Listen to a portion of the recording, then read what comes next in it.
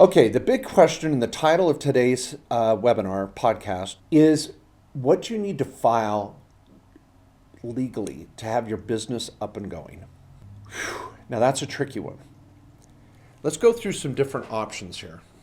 The first option is you can be a sole proprietor with your own social security number, and you can I'm going to call that option one. So option one, a sole prop with your social security number. Depending on the type of business, you're off to the races. Now let's say you're selling a product. So if you're selling a product and you're a sole proprietor, you can still do that, but you're going to need to get a sales tax ID number, and you're going to have to collect sales tax generally. Now if you say, well, I'm selling it on the web, I don't have to. Well, different states are starting to crack down on that. So you want to research your state and what the rules are if you're going to sell on the web. Many times states say at least you have to collect sales tax on the people in the state where your business is based. And if you go, well, I'm based out in Nevada. No. If you're working out of your basement in Arizona, you're doing business in Arizona. Don't think you're going to get away with that. You'll ultimately get caught, not good. So if you're selling product, you'll need to get a sales tax ID number, sometimes called a resale ID number. That's going to allow you to buy product wholesale, even at Costco. You won't have to pay sales tax at Costco because you're going to, quote unquote, resell it. That's the theory. So you're off to the races. Do you need a business license? Again, that's a local city, county thing. There's many times the city or county, I've been in business for years. Sometimes I've been like, I don't have a business license. Fine, go pay $50. I mean, it's just another way for the city or county to get money for, local type business services, I guess. But you're not going to jail if you don't get a business license. Now, where it starts to get a little trickier is when you say, I want asset protection. I've got my lemonade stand. I'm just a sole proprietor, and I want to get protection. That's when we start to form an entity. And when you form an entity, we go into realm, I'm going to call this number 4 because I missed a 3 I want to talk about. If you're going to form an entity, whether it's an LLC or a corporation, you're going to have to file with the state, and you're going to have to get a tax ID number, and you're going to have a registered agent address. That's where someone can accept mail at a street address. You can't do it all P.O. Box. And you're going to have a company address, which can oftentimes be a P.O. Box. So you can have a P.O. Box with your street address. But when you go down the entity route, there's all this and more. Bylaws, minutes, membership or stock certificates. And this is where we have a service at $450 to $800 to meet with an attorney at the high end here and get it designed and set up in your state. We had someone recently come to our office and spent $3,000 or $4,000 on an entity, and then came to our office and asked, what do I do next? And they were really, it was really kind of frustrating or sad. But we try to be extremely affordable. We haven't raised our rates on setting up an entity in 10 years. We're just trying to get more efficient and helping you get started.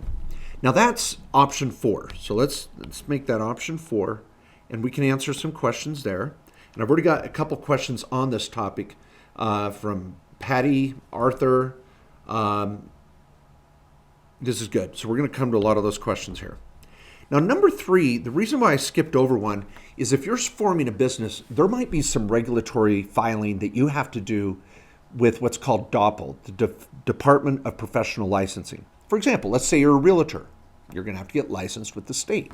So you could be a sole proprietor for federal purposes. Maybe you don't even get a business license for county purposes, and you don't get a sales tax ID number because you're not selling product, but you're a realtor. So the Division of Real Estate wants to monitor you. You could be, so I'm going to put a professional license here, and think of all of them, right? You could be a doctor, a dentist, a lawyer, a realtor, architects, engineers, physical therapist, chiropractor. All these people might have to get licensed marriage and family therapist. All these people have to get licenses to be legal. So you might have to check with your state on regarding a professional license. Also, when I said the word lemonade stand, there's been cities across the country, and oftentimes I get an interesting post on social media where cities have come and shut down kids because they didn't have a business license. And you're like, really? Or who else might go after a lemonade stand? I'm asking my team in here. Well, it might be the food department, right? They're going to come and go, you're not sanitary. This is a mess. You're going to make someone sick. So whenever you're selling food in a food truck or at a fair or at a farmer's market, you might have to get licensed with the local food department, for lack of a better word. They're going to have different names around the country before you can sell food. So all of these unique licenses to be legal you're going to have to look based on your certain type of business. All right. The last thing I'm going to just say is, let's see, 1, 2, 3. Maybe I should change this so it looks a little more normal. Make that 3 and this 4. Okay, so we have 3 up here, have an entity, professional license. A business license, again, is a county or city thing. To be legal, you might need to get insurance. Some people are required to get insurance. The more formal your business is, like a bank or a trust company, you have to get licensed with the feds or the state, typically. Let's see how it goes. Let's see what questions you might have about being a legal business. Now, saving taxes doesn't mean to be legal, you're going to do something to save taxes. Those don't go hand in hand. You might say, Mark, what should I do to save taxes? Well, that's a different question then. What do I have to do to be legal to run my business? But here's the big one. I just want to say this in summary, and I'm all yours for Q&A, is if you're going to start selling product or services, I was telling some neighbor kids, go out there and start cleaning garbage cans. Go out and detail a car. Go out and mow a lawn. That sole prop mentality of just getting out there with under your social security number, 9 times out of 10, you're going to be fine just getting out there. But when you start to have employees, you start to sell product, it's a professional license, you might need to get insurance, you're worried about liability. That's when we're going to start doing these other things. But I tell so many people, just get out and go. Just start driving for Uber. Just get out there.